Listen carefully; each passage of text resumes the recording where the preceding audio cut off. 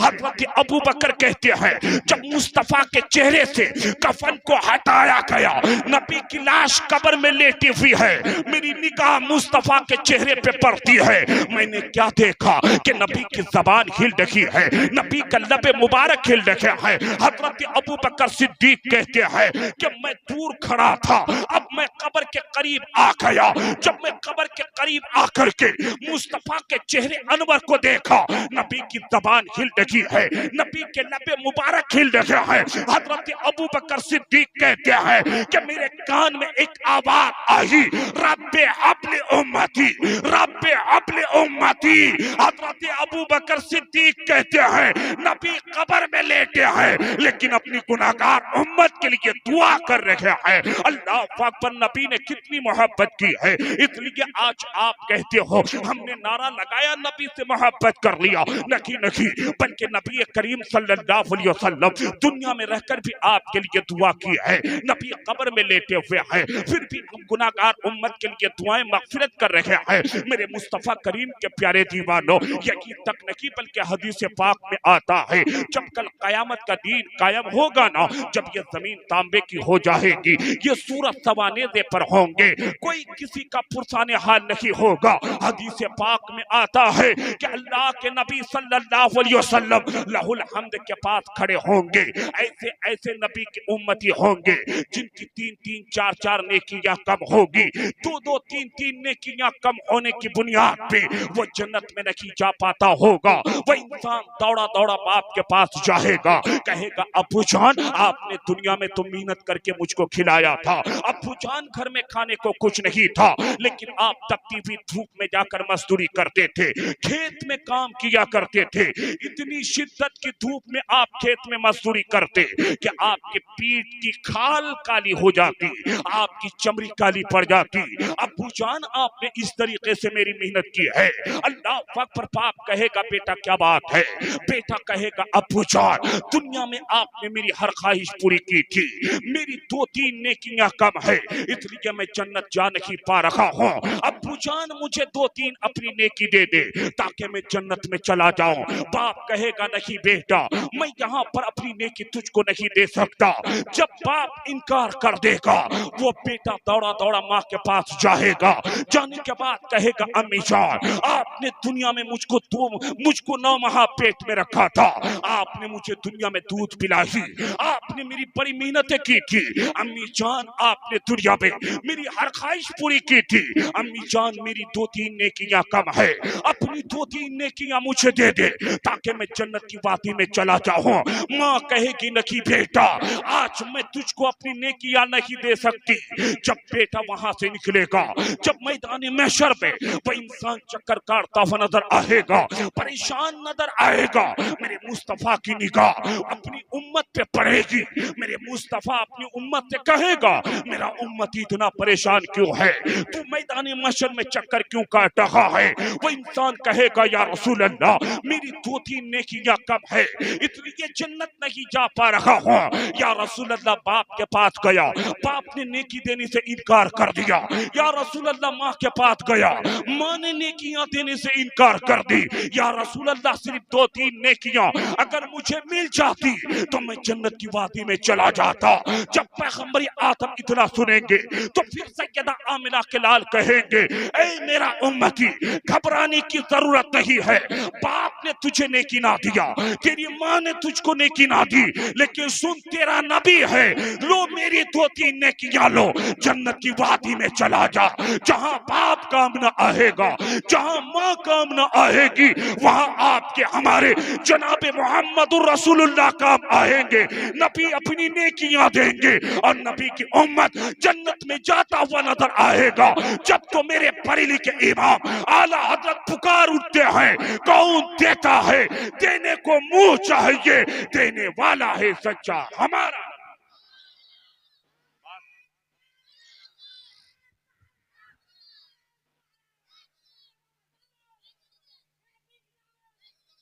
بات سمجھ میں آ رہی ہے؟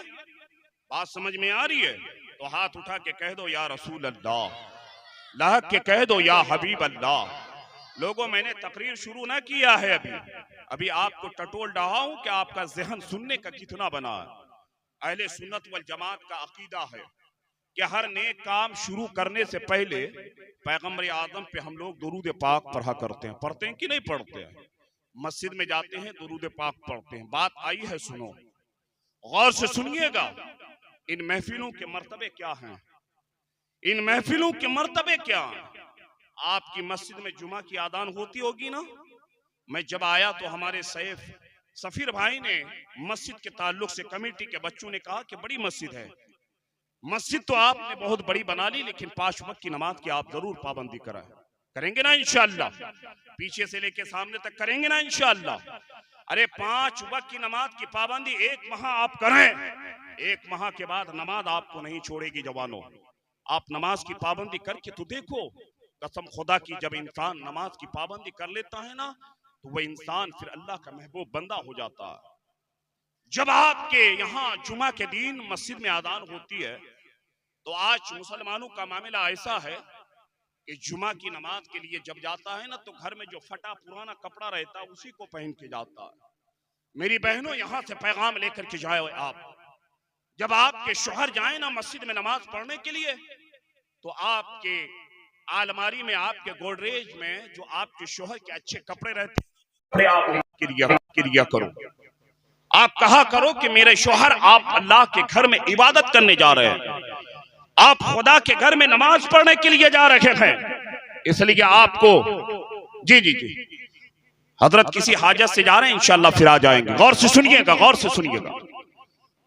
میری بہنوں ایسا کرنا کہ پرانے کپڑے نہیں بلکہ نئے کپڑے آپ پہن کر کے جائیں. جب شادیوں میں آپ جاتے ہیں نا تو بڑے عمدہ کپڑا پہن کر جاتے ہیں، خوشبو عطر لگا کر کے جاتے ہیں، لیکن جب رب کی بارگاہ میں جاتے ہیں تو پھٹے پرانے کپڑے پہن کے جاتے ہیں. سنو ایک مسئلہ سن لو. جب آپ کے یہاں جمعہ کی اذان ہوتی ہے مسجد میں، پہلی اذان اس سے مراد ہے.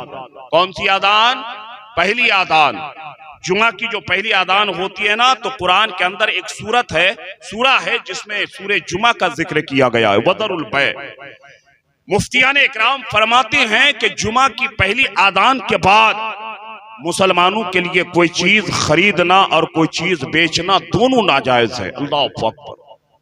جیسی ہی پہلی اذان ہوتی ہے جمعہ کی اس کے بعد آپ کوئی چیز خریدے نہیں، کوئی چیز آپ بیچے نہیں، یہ دونوں منع ہے. جب انسان جمعہ کی نماز کے لیے مسجد میں جاتا ہے تو جمعہ کی نماز میں کس طریقے سے آپ بیٹھیں؟ مسئلہ سنو. جب اس بات کو آپ سنو گے نا تو یہ بھی محفل کا مسئلہ حل ہو جائے گا. جب آپ جمعہ کی نماز کے لیے مسجد میں پہنچتے ہیں، اگر سنت پڑھنے کا وقت ہے تو آپ سنت پڑھ لیں تقریر سے پہلے، کیونکہ تقریر کے دوران نماز میں خلل ہو جاتی ہے. ہوتی ہے کہ نہیں ہوتی ہے؟ اس لیے پہلے آپ سنت پڑھ لیں. اگر وقت بعد میں ملتا ہے، اگر جمعہ میں اعلان کیا جاتا ہے کہ 5 منٹ دیا گیا آپ کو سنت پڑھنے کے لیے تو آپ 5 منٹ میں سنت پڑھ لیں. اب سنو. جب آپ کا امام صاحب جمعہ کا خطبہ دینے کے لیے ممبر پہ کھڑا ہوتا ہے، جمعہ کے دن خطبہ ہوتا ہے نا، ہاتھ اٹھا کے بولو ہوتا ہے کہ نہیں ہوتا؟ خطبہ ہوتا ہے نا. بہت سارے لوگ کیا کرتے ہیں کہ جیسے ہی جمعہ کا خطبہ شروع ہوتا ہے دوڑا مسجد میں پہنچتا ہے. ہاں دوڑا مسجد میں پہنچتا ہے. یہاں تک کہ وضو بناتا ہے نا تو وضو کا پانی صحیح طریقے سے صاف تک نہیں کرتا، مسجد میں چلے جاتا ہے. مسئلہ یہ ہے کہ اگر آپ نے وضو کیا تو وضو کے پانی کو آپ صحیح طریقے سے صاف کر لیں. بات سمجھ میں آ رہی ہے؟ اللہ اکبر. حضور مفتی اعظم ہند علی رحمت و رضوان کا معاملہ دیکھو. اعلیٰ حضرت کے شہزادے ہیں مفتی اعظم ہند. حضور مفتی اعظم ہند کے آخری وقت ہے، عمر کا آخری سال چل رہا ہے. حضرت مفتی اعظم ہند رحمت اللہ تعالی علی چلنے کے قابل نہیں ہے، چلنے کے قابل نہیں ہے. حضور مفتی اعظم ہند جب مسجد کے اذان سنتے نا تو آپ اپنے 2 خادم سے کہتے خادموں مجھے مسجد میں لے کے چلو. کہاں لے کے چلو؟ مسجد میں لے کے چلو. حضور مفتی اعظم ہند کے 2 خلیفہ آتے، مرید آتے، اپنا ایک ہاتھ اپنے ایک مرید کے کاندھے پہ رکھتے، دوسرا ہاتھ اپنے دوسرے مرید کے کاندھے پہ رکھتے، پھر دونوں کو سہارا بنا کر آپ مسجد میں جاتے. اللہ اکبر. غور سے سنیے گا صاحب. آج تو آپ نے لوٹے سے وضو بنایا، بس آپ نے ہاتھ کا پانی ایسا صاف کیا، چہرے پہ اپنے ہاتھ کو ملا، پھر جا کر کے آپ مسجد میں جا کر نماز پڑھنے لگتے ہیں۔ نہیں بلکہ مسئلہ یہ ہے کہ آپ اپنے ہاتھ کے پانی کو صحیح سے صاف کر لیں، چہرے کے پانی کو صحیح سے صاف کر لیں، پیر کو آپ نے وضو میں دھویا ہے تو آپ پیر کے پانی کو کپڑے سے صحیح سے صاف کر لیں، اس لیے کہ وضو کا پانی مسجد میں نہیں ٹپکنا چاہیے۔ حضور مفتی عاطف ہند علی کی رحمت و رضوان ہے، جب آپ آخری وقت چل رہا تھا، آپ چلنے کے قابل نہیں، نہ آپ بیٹھنے کے قابل ہے، جب مفتی عاطف ہند علی کی رحمت و رضوان وضو کرنے کے لیے مسجد میں بیٹھتے تھے تو بڑے بڑے علماء آپ کے وضو کے طریقے کو دیکھتے تھے، عوام آپ کے وضو کے طریقے کو دیکھتی تھی، عوام اس لیے دیکھتی تھی کہ مفتی اعظم کس طریقے سے وضو بنا رہے ہیں، علماء اس سے سبق حاصل کرتے کہ مفتی عاطف ہند کس طریقے سے وضو بنا رہے ہیں۔ جب آپ کا وضو مکمل ہو جاتا تو آپ اپنے مریدین سے کہتے میرے مریدو ایک کپڑا لے کر کے آؤ، رومال لے کر کے آؤ، ٹاویل لے کر کے آؤ۔ جب مریدین آپ کو رومال یا ٹاویل دیتا، آپ اس ٹاویل سے چہرے کے پانی کو صحیح سے صاف کر لیتے، ہاتھ کے پانی کو صحیح سے صاف کر لیتے، پیر کے پانی کو صحیح سے صاف کر لیتے، پھر مسجد میں جا کر رب کی عبادت کیا کرتے تھے۔ اس لیے اے لوگو، جب بھی آپ وضو بنا کر کے مسجد میں جائیں تو وضو کے پانی کو صحیح سے صاف کر لیں، اس لیے کہ وضو کا پانی مسجد کے مصلی پہ نہیں ٹپکنا چاہیے۔ بات سمجھ میں آ رہی ہے تو ہاتھ اٹھا کے کہہ دو یا رسول اللہ، میری بات اگر سمجھ میں آ رہی ہے، اس لیے کہ میری تقریر دونوں طرف کی ہوگی، نماز پہ بھی ہوگی اولیاء اکرام پہ بھی ہوگی، اس لیے کہ لوگ جلسے کرتے ہیں کچھ سیکھنے کے لیے۔ آپ کے مسجد کے مدرسے میں جا کر آپ کے بچے تو قرآن پڑھ لیتے ہیں، نماز کے مسئلے تو سیکھ لیتے ہیں، لیکن آپ اور ہم ہیں جو ہم کبھی نماز کی باتیں نہیں سن سکتے ہیں، ہمیں کبھی توفیق نہیں ہوتی ہے کہ ہم قرآن پڑھ کر کے دیکھیں، ہم مسئلہ مسائل کی باتیں کسی عالم دین سے سنیں۔ اگر آپ کو ٹائم نہیں ملتا ہے تو آج یہ جلسہ آپ کے لیے مدرسہ بھی ہے۔ ایک بات یہاں پہ صاف ہو گئی کہ وضو کا پانی مسجد میں نہیں ٹپکنا چاہیے۔ آپ کرتے کیا ہے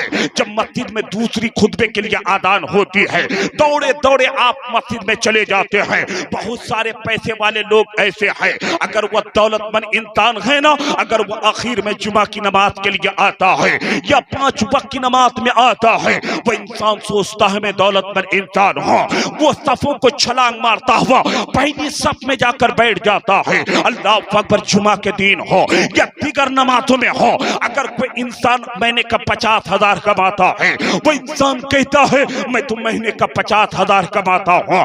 یہ جو صفوں میں بیٹھا ہوا ہے یہ غریب اور مزدور طبقے کے لوگ ہیں، ہم سے کم نیچ کے لوگ ہیں، اس لیے وہ انسان چھلانگ مارتا ہوا پہلی صف میں جا کر بیٹھ جاتا ہے۔ سنو مسئلہ کیا ہے، جب تم مسجد میں پہلے وقت میں آؤ تو پہلی صف میں جا کر بیٹھ جایا کرو، اگر صفیں بھر جاتی ہے تو پھر پیچھے سے چھلانگ مارتے ہوئے پہلی صف میں آپ نہیں بیٹھ سکتے ہیں، بلکہ جب جماعت کے لیے اقامت ہوتی ہے، جب انسان جماعت کے لیے کھڑا ہوتا ہے، اگر آپ کو جگہ ملتی ہے پہلے صف میں تو پھر پہلے صف میں جا کر کے آپ نماز پڑھ سکتے ہیں، ورنہ کی تو مسجد میں جہاں آپ کو جگہ ملتی ہے وہیں پہ آپ نماز پڑھا کریں۔ اے لوگوں سنو، کہنے کا مطلب یہ ہے جب جمعہ کی آذان دوسری ہو جاتی ہے، آپ کا امام صاحب خطبہ دینے کے لیے منبر پہ کھڑا ہو جاتا ہے، اگر اپنے وقت کا مفتی اعظم آ جائے تو خطبے کے دوران وہ نماز نہیں پڑھ سکتا ہے، اگر عالم دین آ جائے خطبے کے دوران وہ نماز نہیں پڑھ سکتا ہے، اگر امام صاحب جمعے کا خطبہ دیتا ہے کوئی بھی شخص آ جائے جمعے کے خطبے کے درمیان نماز نہیں پڑھ سکتا ہے، بلکہ جمعہ کے خطبے کو بغور سنے گا۔ اور پتہ ہے جمعہ کے خطبے کا احترام کیا ہے؟ آج تو آپ جمعہ کی نماز کے لیے مسجد میں بیٹھتے ہیں، ادھر بیچارہ امام صاحب خطبہ پڑھتا ہے، آج ہم ہیں جو کبھی دائیں طرف دیکھتے ہیں ادھر جمعہ کا خطبہ ہوتا ہے، کبھی ہم بائیں طرف دیکھتے ہیں ادھر جمعہ کا خطبہ ہوتا ہے، کبھی کبھی ہم دوسرے کے کان میں بولا کرتے ہیں، اگر جمعہ کا خطبہ ہوتا ہے ہم ایک دوسرے کو ٹچ کیا کرتے ہیں۔ سن، جمعہ کے خطبے کا احترام محدثین نے یہ بیان فرمائی ہے، جب جمعہ کا خطبہ مسجد میں ہوتا ہے تو تم اپنے جسم کو ہلا تک نہیں سکتے ہو، تم اپنے ہاتھ سے اپنے جسم کو کھجا تک نہیں سکتے ہو، بلکہ جمعہ کے خطبے کا احترام یہ ہے کہ تم بغور جمعہ کے خطبے کو سنا کرو۔ جب انسان جمعہ کے خطبے کو بغور سنتا ہے اور جمعہ کی 2 رکعت فرض نماز ادا کر لیتا ہے تو پھر پیغمبر اعظم فرماتے ہیں، اے صحابہ سن، پورے ہفتے میں ایک ایسا وقت آتا ہے، ایک ایسی ساعت آتی ہے جب بندہ رب کی بارگاہ میں دعا مانگتا ہے تو اللہ اس کی دعا کو رد نہیں کرتا بلکہ اللہ اس کی دعا کو قبول کر لیتا ہے۔ صحابہ عرض کرتے ہیں، یا رسول اللہ، پورے ہفتے میں وہ کون سا وقت ہے، پورے ہفتے میں وہ کون سی ساعت ہے؟ پیغمبر اعظم فرماتے ہیں، صحابہ سن، وہ جمعہ کے دین کا وقت ہے۔ میرے مصطفیٰ فرماتے ہیں کہ جمعہ کے خطبے کے وقت سے لے کر کے جمعہ کی 2 رکعت فرض نماز کے بیچ جو بندہ رب کی بارگاہ میں دعا مانگتا ہے، اللہ جمعہ کے نماز کے صدقے اس کی دعا کو رد نہیں بلکہ اللہ اس کی دعا کو قبول کر لیتا ہے۔ اللہ اکبر۔ اس لیے پیغمبر آدم کے دیوانوں، جمعہ کی نماز کا آپ احترام کریں۔ جب جمعہ کے خطبے کا احترام ہے کہ آپ اپنے جسم کو ہلا تک نہیں سکتے، آج جو ان جلسوں میں تقریریں ہوتی ہے تو یہ بھی تقریر ایک وسیع جمعہ کے خطبے کا باب ہے، یہ بھی ایک تقریر خطبہ ہے۔ اس لیے جب ایسی تقریر میں بیٹھے تو با ادب آپ بیٹھا کریں، جب ایسی تقریروں میں بیٹھے تو باوضو ہو کر کے بیٹھا کریں، جب ایسی تقریر میں آ کر کے بیٹھے، جب ایسی محفلوں میں آپ آئے تو با ادب بیٹھا کریں، باوضو ہو کر کے بیٹھا کریں۔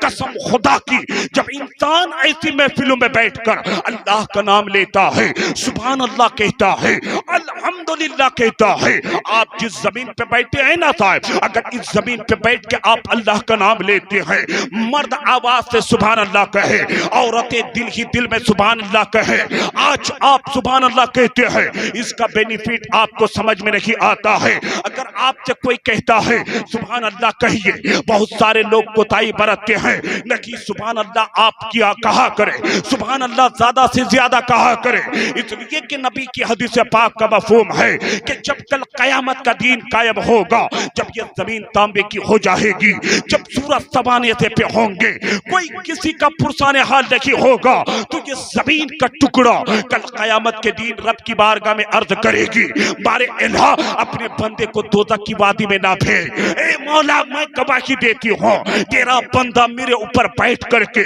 تیرا نام لفظ سبحان اللہ کہا تھا۔ مصطفیٰ کریم فرماتے ہیں جب یہ زمین کا ٹکڑا کہے گی نا، رب کی رحمت جوش پہ آئے گی، اللہ فرشتوں سے فرمائے گا، اے فرشتوں گواہ ہو جاؤ، میں نے اس زمین کے ٹکڑے کے کہنے پر اپنے بندے کے گناہ کو معاف فرما دیا، میں نے اس زمین کے ٹکڑے کے کہنے پر اپنے بندے کی مغفرت فرما دی۔ لہذا اس حدیث سے یہ بات سمجھ میں آ گئی، اگر تم سبحان اللہ یہاں کہتے ہو تو اللہ اس کی جزا کل قیامت کے دن آپ کو عطا کرے گا۔ اس لیے سارے لوگ کہہ دو طرف کے سبحان اللہ، لحق کے کہہ دو یا رسول اللہ۔ یہ جشن اولیاء اکرام کی محفل ہے، آپ نے اللہ کے ولیوں کے نام پہ یہ محفل سجائی ہے۔ اللہ نے اپنے محبوب بندے کو کتنی طاقت عطا کیا ہے، اللہ نے اپنے محبوب بندے کو کیا طاقت عطا کی ہے، جب بات آئی ہے تو سن لو۔ اللہ نے جب اپنے اولیاء کو اتنی طاقت عطا کی ہے، اللہ اکبر، تمام اولیاء کے ولیوں اولیاء کے امام کا تذکرہ کر دیا جائے۔ یہاں پر کتنے لوگ ہیں جو بڑے پیر سرکار غوث آدم کو جانتے ہیں؟ اگر جانتے ہیں ہاتھ اٹھا کے کہہ دو یا سرکار غوث آدم، آپ نے شعیب الاولیاء کے نام پہ یہ محفل سجائی ہے نا، سنو ذرا غور سے، اللہ نے اولیاء کو کیا پاور عطا کیا ہے، اللہ نے اپنے ولیوں کو کتنی طاقت عطا کی ہے۔ سرکار غوث آدم رحمت اللہ تعالی علیہ ہے، آپ کی عمر 4 سال کی ہے، سرکار غوث آدم کی عمر 4 سال کی۔ اگر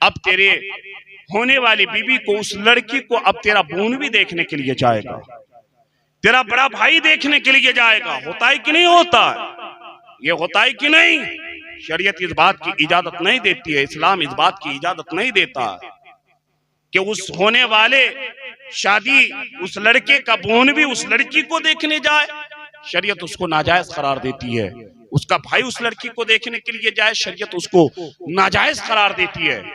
جب آپ کی ابتدائی ایسی ہوتی ہے تو بتاؤ پھر اس کوکھ سے جو بچہ پیدا ہوگا وہ کس طریقے کا بچہ ہوگا؟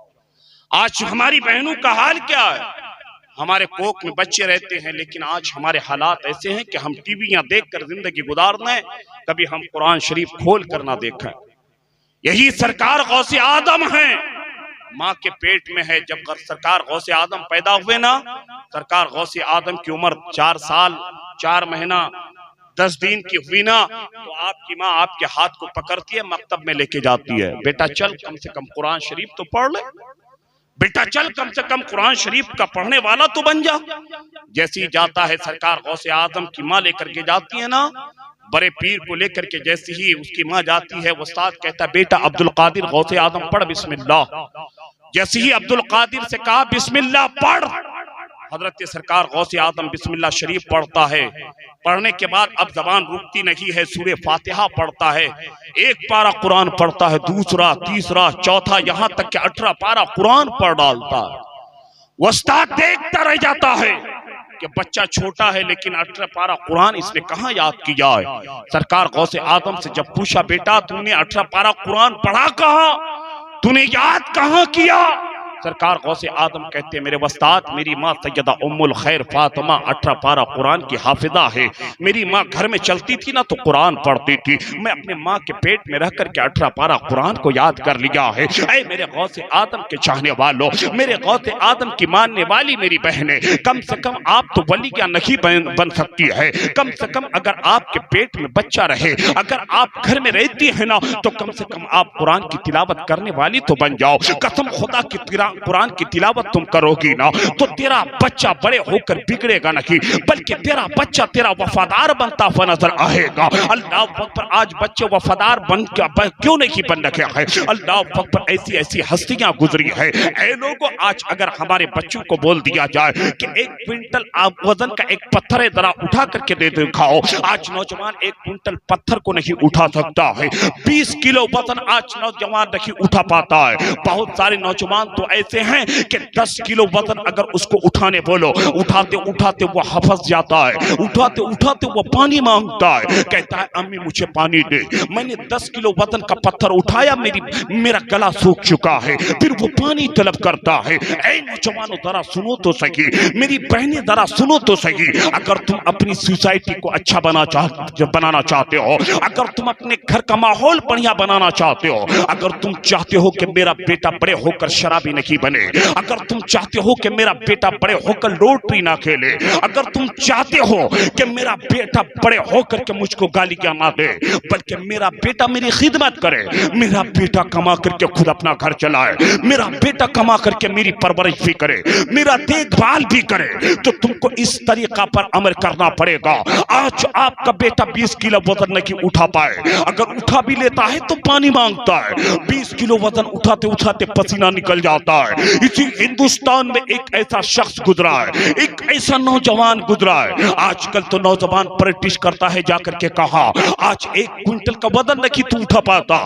آج اگر کسی کو ورزش کرنے کی طبیعت چاہتی ہے تو نوجوان رننگ کرتا ہے، نوجوان دوڑتا ہے. اگر اس سے پوچھا جائے بھائی دوڑتا کیوں ہے تو وہ کہتا ہے میں ورزش کرتا ہوں. 1-1.5 کلو دوڑتا ہے، 1-1.5 کلومیٹر دوڑتا ہے، دوڑ کر کے آتا ہے، اپنے آپ کو ورزش کہلاتا ہے. لیکن ایک ایسا نوجوان گزرا، اگر ورزش کرنے کی طبیعت چاہتی تو وہ دوڑتا نہیں، کسی پتھر کو نہیں اٹھاتا، کوئی ورزش نہیں کرتا، بلکہ اپنی صفائیوں سے کہتا میری صفائیوں میرا شیر جہاں رہتا ہے، شیر کے پنجرے کو کھول دو. پنجرے کے دروازے کو کھولا جاتا، پھر یہ نوجوان اس پنجرے میں گھستا، پھر اس شیر کے ساتھ لڑنے لگتا، شیر کے ساتھ ورزش کرنے لگتا. روزانہ کا معمول یہی تھا، جب بھی ورزش کرنے کی خواہش ہوتی پنجرے پنجرے کے اندر جاتا، شیر کے ساتھ لڑنے لگتا، شیر کو پٹک دیتا، روزانہ ایسا کرتا۔ لیکن ایک دن کا معاملہ ایسا ہے، نوجوان پنجرے کے اندر جاتا ہے، ایک طرف سے شیر لپکتا ہے، ایک طرف سے نوجوان اس کو پکڑتا ہے۔ ورزش کرتے کرتے اس نوجوان کو جب جوش آتا ہے، شیر کے دونوں جیبرے کو دو ہاتھ سے پکڑتا ہے، ایک ہاتھ سے اوپر والے شیر کے جیبرے کو پکڑتا ہے، دوسرے ہاتھ سے شیر کے نیچے والے جیبرے کو پکڑتا ہے۔ پکڑنے کے بعد شیر کو پھاڑ ڈالتا ہے۔ جب اس نوجوان نے شیر کو پھاڑا، پورے شہر میں جنگل کی آگ کے طرح جنگل میں جس طریقے سے خبر پھیلتی ہے، اسی طریقے سے آگ کے طرح خبر پھیل جاتی ہے۔ سارے لوگ اکٹھا ہو گئے، اب سارے لوگ آپس میں چیوی گوئیاں کرنے لگے کہ یہ نوجوان کھاتا کیا ہے، اس کی ماں نے اس کو کھلائی کیا تھی کہ اس نوجوان نے شیر کے دونوں جیبرے کو پکڑ کے پھاڑ ڈالا۔ اللہ اکبر، سارے لوگ جمع ہو گئے۔ اب سارے لوگ اس نوجوان کے ماں کے گھر کی طرف رخ کرتا ہے۔ جب سارے لوگ اس نوجوان کے ماں کے گھر کو گھیر لیتا ہے، وہ نوجوان کوئی دوسرا نہیں تھا بلکہ حضرت ٹیپو سلطان کی ذات تھی۔ حضرت ٹیپو سلطان کی ماں سے جب سارے لوگ سوال کرنے لگے، اے عورت بتا تو صحیح، اے ٹیپو سلطان کی ماں بتا تو صحیح، تو نے اپنے بچے کو بچپن میں کیا کھلائی تھی؟ کیا تو نے اپنے بچے کو دودھ زیادہ پلائی تھی؟ کیا تو نے اپنے بچے کو اچھا غذا کھلائی تھی؟ کیا تو نے اپنے بچے کو زیادہ کھانا کھلائی تھی؟ جس کی وجہ سے تیرے بیٹے میں اتنی طاقت آ گئی ہے، جس کی وجہ سے تیرے بیٹے میں یہ جرأت اور ہمت آ گئی ہے۔ میری بہنیں ذرا غور سے سننا، اس عرس کے پروگرام سے پیغام لے کر کے جائے، آپ بھی پیغام لے کر کے جائے۔ اگر آپ اپنے اولادوں کے مستقبل کو سدھارنا چاہتے ہیں، حضرت ٹیپو سلطان کی ماں کہتی ہے، اے لوگو سنو سنو، میں نے اپنے بچے کو زیادہ غذا تو نہیں کھلائی ہے، میں نے اپنے بچے کو دودھ تو نہ زیادہ پلائی ہے، میں نے اپنے بچے کو اچھا کھانا تو نہ کھلائی ہے، لیکن اے لوگو سنو، جب میرے بیٹے ٹیپو سلطان کو بچپن میں بھوک لگتی تھی، دودھ پینے کا زمانہ تھا، جب اس کو بھوک لگتی تو مجھ کو دیکھ کر کے رویا کرتا، چیخے مارتا، میں اس کے رونے کو دیکھ کر سمجھ جاتی کہ میرے بیٹے ٹیپو سلطان کو بھوک لگ گئی ہے۔ ٹیپو سلطان کی ماں کہتی ہے، اگر میں بے وضو رہتی نا، میرا بیٹا روتا رہتا تھا، میں پہلے وضو بنا لیتی تھی۔ ارے اب تو طرف کے کہہ دو یا رسول اللہ، بات سمجھ میں آ رہی ہے؟ لاکھ کے کہہ دو یا حبیب اللہ۔ ٹیپو سلطان کی ماں کہتی ہے، میرا بیٹا روتا رہتا تھا، میں پہلے وضو بناتی تھی، پھر پیغمبر اعظم صلی اللہ علیہ وسلم پہ 11 مرتبہ درود پاک پڑھتی تھی، پھر اپنے بیٹے ٹیپو سلطان کو دودھ پلاتی تھی۔ ٹیپو سلطان کی ماں کہتی ہے، اے لوگو، اگر میرے بیٹے ٹیپو میں یہ طاقت آئی ہے، نہ کھانا کی وجہ سے آئی ہے، نہ دودھ کی وجہ سے یہ طاقت آئی ہے، نہ اچھی غذا کی وجہ سے یہ طاقت آئی ہے، اگر میرے بیٹے ٹیپو میں یہ طاقت آئی ہے تو نبی پہ درود پاک پڑھنے کی وجہ سے آئی ہے۔ اس لیے اے میری بہنوں، اگر تیرے بچے چھوٹے ہیں نا، اپنے بچوں کو دودھ پلاتے پلاتے، مصطفیٰ پہ نعت پڑھتے پڑھتے دودھ پلائیں، قرآن کی تلاوت کرتے کرتے اپنے بچوں کو آپ دودھ پلایا کریں، آپ نبی پہ درود پڑھتے پڑھتے اپنے بچے کو دودھ پلایا کریں۔ قسم خدا کی، جب وہ بیٹا بڑا ہوگا نا، تیرا وہ بیٹا غدار نہیں بلکہ وفادار بنتا نظر آئے گا، رات کو سونے چاہے گا، پہلے ماں کی خدمت کر لے گا، باپ کا پیر دبا دے گا، پھر جا کر کے وہ بچہ سوئے گا۔ اس لیے آپ کو طریقہ مصطفیٰ پہ عمل کرنا پڑے گا۔ اس لیے تو اقبال نے کہا تھا، طریقہ مصطفیٰ کو چھوڑنا ہے وجہ بربادی، اسی سے ہوئی قوم دنیا میں بے اقتدار اپنی۔ لوگوں، میں نے پہلے ایک بات میں نے کہی تھی کہ اہل سنت والجماعت کا یہ عقیدہ ہے کہ انسان درود پاک پڑھتا ہے۔ انسان کیا کرتا ہے؟ گھر میں اگر فاتحہ ہوتی ہے، پہلے آپ درود پاک پڑھتے ہیں، اگر آپ مسجد میں جاتے ہیں تو پہلے درود پاک پڑھا کرتے ہیں۔ ہر نیک کام شروع کرنے سے پہلے آج سنی درود پاک پڑھتا ہے۔ درود پاک پڑھنے سے آپ کو فائدے کیا ہے پتا ہے؟ امام غزالی فرماتے ہیں، سرکار امام غزالی کہتے ہیں کہ اللہ تعالیٰ نے اس آسمان کے نیچے، اس زمین کے اوپر ایک ایسا لمبا چوڑا فرشتہ پیدا کیا ہے۔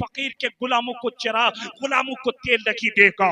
جب راجا کے یہ آرڈر اجمیر میں جاری ہوتا ہے, اللہ اکبر, عصر کی نماز کے بعد حضرت خواجہ قطب الدین بختیار کاکی حضرت غریب نواز کی بارگاہ میں آتے ہیں. آنے کے بعد عرض کرتے حضور آج تیل تو ختم ہو گیا ہے, چراغ کیسے روشن کیا جائے گا, آج رات میں مسجد کی تعمیر کیسے کی جائے گی. سرکار غریب نواز نے کہا جا قطب الدین, جا میرے مریدو, جاؤ دکان سے تیل خرید کے لے کر کے آؤ. تمام مریدین چلے گئے. دکانداروں سے جا کر کے کہتا ہے دکانداروں ہمیں تیل دے دو. جب خالی برتن نکال کے دکان کے سامنے رکھتا ہے, تمام دکاندار انکار کر جاتا ہے. کہتا اے فقیر کے خادموں سنو, آج ہمیں تمہیں تیل نہیں دیں گے. خواجہ قطب الدین کہتے ہیں, میرے غریب نواز کے تمام خدام کہتے ہیں کہ تم لوگ تو روزانہ تیل دیتے تھے, آج تیل دینے سے انکار کیوں کر رہے ہو. سنو تو صحیح, تیل ہم ایسے نہیں لیں گے, بلکہ ہم تجھ کو معاوضہ دیں گے پھر تیل دو. ہم تم کو پیسہ دیں گے تیل کے بدلے میں, روزانہ دیتے تھے آج بھی پیسہ دیں گے. ہم پیسہ دیتے ہیں, تم تیل دے دو. تمام دکاندار انکار کرتا ہے. سنو ہم تجھے تیل نہیں دیں گے. جب دکانداروں نے انکار کر دیا تو میرے غریب نواز کے مریدوں نے کہا تھا, خواجہ قطب الدین نے کہا تھا, دیگر خدام نے کہا تھا, کیا بات ہے دکانداروں کیوں انکار کر رہے ہو. دکاندار کہتے ہیں کہ اجمیر کے راجہ پرتھوی راج چوہان نے یہ آرڈر جاری کیا ہے کہ کوئی دکاندار اس فقیر کے خادموں کو تیل نہ دینا, اس لیے کہ راجہ کے آرڈر کو ہمیں ماننا پڑے گا. راجہ کے آرڈر کے خلاف ہم نہیں کر سکتے ہیں. جب اتنا کہا, اب غریب نواز کے تمام خادم خالی برتن لے کر واپس پلٹ جاتے ہیں. میرے سرکار غریب نواز اپنی خانقاہ میں ہے. جب خواجہ قطب الدین آئے, دیگر خدام آئے, غریب نواز کیا دیکھتے ہیں کہ برتن خالی لے کے گیا تھا, خالی برتن لے کر کے آ گیا.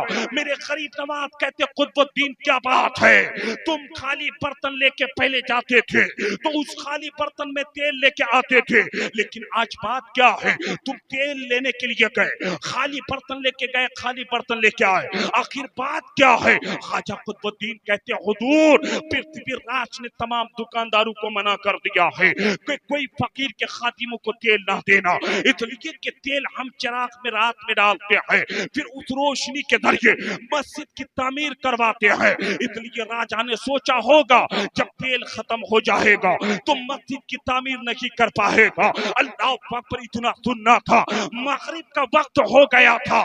خواجہ غریب نواز سنتے ہیں تو خواجہ غریب نواز کہتے ہیں اے قطب الدین جا وضو کے لیے پانی لے کر کے آ, مغرب کا وقت ہو گیا ہے. جب خواجہ قطب الدین انا ساگر سے پانی لا کر کے غریب نواز کی بارگاہ میں پیش کرتا ہے تو غریب نواز سرکار فرماتے ہیں اے قطب الدین سنو, جب میں وضو بنانے لگوں نا تو میرے وضو کے پانی کو زمین پہ گرنے نہ دینا, بلکہ میرے وضو کے پانی کو ایک برتن میں جمع کر لینا. اتنا سننا تھا. میرے غریب نواز وضو بنانے لگے. حضرت خواجہ قطب الدین ایک خالی برتن غریب نواز کے پاس لا کے رکھ دیا, وضو کا سارا پانی اس خالی برتن میں جمع ہو گیا. خواجہ قطب الدین کہتے ہیں اے سرکار غریب نواز پھر آپ کے وضو کے پانی کا کیا کیا جائے. میرا غریب نواز کہتے ہیں اے قطب الدین سن, آج میرے وضو کا پانی تیل کا کام کرے گا. تیل تو ختم ہو گیا ہے لیکن میرے وضو کا پانی تمام چراغوں میں ڈال دے, پھر اس میں آگ جلا دے. حضرت خواجہ قطب الدین کہتے ہیں جب رات ہو گئی ہم نے اپنے پیر و مرشد غریب نواز کے وضو کے پانی کو ان چراغوں میں ڈالا. جب ہم نے آگ لگائی روزانہ سے زیادہ اس دین کا چراغ روشنی دینے لگا, زیادہ روشنی پھیلی.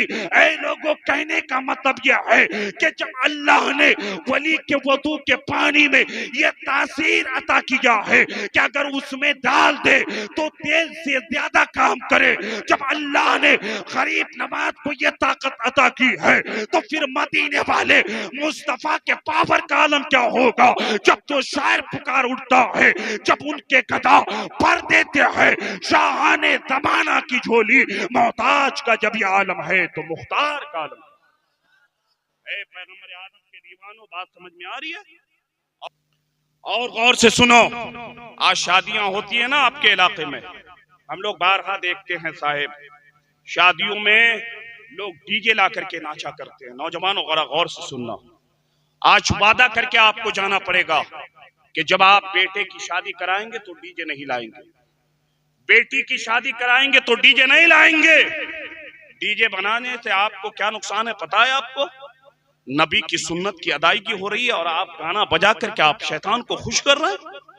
میرے مصطفیٰ کی حدیث پاک کا مفہوم ہے کہ جس گھر میں شادی ہوتی ہے نا، اگر اس گھر میں ڈی جے لگا کر لوگ ناچتے ہیں، عورتیں ناچتی ہے، غور سے سنیے گا، اگر عورتیں ناچتی ہے ڈی جے لگا کر کے، اگر مرد ناچتا ہے، نبی فرماتے ہیں کہ اس شادی والے گھر سے دائیں جانب کے 40 گھر، سامنے کے 40 گھر، بائیں جانب کے 40 گھر، پیچھے کے 40 گھر، 40 گھروں سے اللہ تعالیٰ برکتوں کو اٹھا لیتا ہے.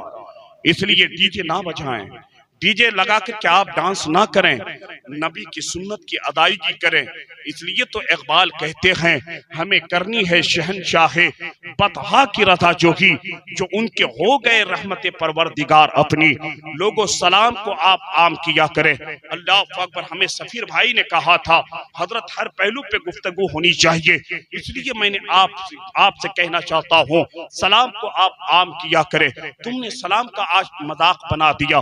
نہ ایک بیٹا باپ کو سلام کرتا ہے، نہ ایک بیٹی باپ کو سلام کرتی ہے، نہ شوہر اپنی بیوی کو سلام کرتا ہے، نہ بیوی اپنے شوہر کو سلام کرتی ہے. اللہ اکبر. ایک شوہر آج یہ کہتا ہے کہ میں اپنی بیوی کو سلام کروں، آپ کو شرم جیسی لگتی ہے، لیکن سنو آپ کے ہمارے آقا جناب محمد رسول اللہ صلی اللہ علیہ وسلم ہے، اگر گھر سے آپ باہر جاتے ہیں تو آپ اپنی بیوی عائشہ کو سلام کر کے جاتے ہیں، حضرت خدیجہ کو سلام کر کے جاتے ہیں. آپ آتے ہیں تو سلام کر لیا کرتے ہیں. آپ کی بیویاں بھی آپ کو سلام کر لیا کرتی تھی. اس لیے اے مصطفیٰ کریم کے پیارے دیوانوں، آپ سے ہو سکے تو اپنی بیویوں کو آپ سلام کریں. میرے مصطفیٰ تو فرماتے ہیں سلام کو آپ عام کریں، لیکن آج آپ نے سلام کو عام کرنا شروع نہ کیا. مسجد کا امام صاحب اگر سامنے سے گزرے تو آج ہمارا ایک ذہن یہ بنا ہوا ہے کہ مسجد کا امام ہم کو سلام کرے، ہم ان کو کاہے کے لیے سلام کرے. نہیں نوجوانوں، کل سے اپنے باپ کو سلام کرنا شروع کر دینا.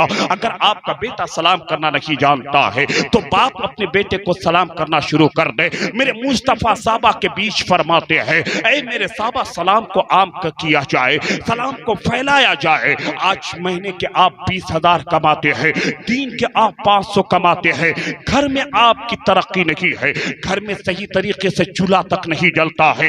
ذرا آپ دل پہ ہاتھ رکھ کر کے سوچیں، آپ کے پاس اگر کھیتیاں ہیں نا صاحب، جب آپ اپنی فصلوں کو بوتے ہیں، جب فصلوں کو کاٹ کے آپ گھر لاتے ہیں تو پھر آپ کو نقصان کے علاوہ کچھ نہیں ہوتا ہے. آپ دین کے جو 500 کماتے ہیں، 500 روپیہ کماتے ہیں، پھر بھی آپ کے گھر میں برکتیں نہیں ہے.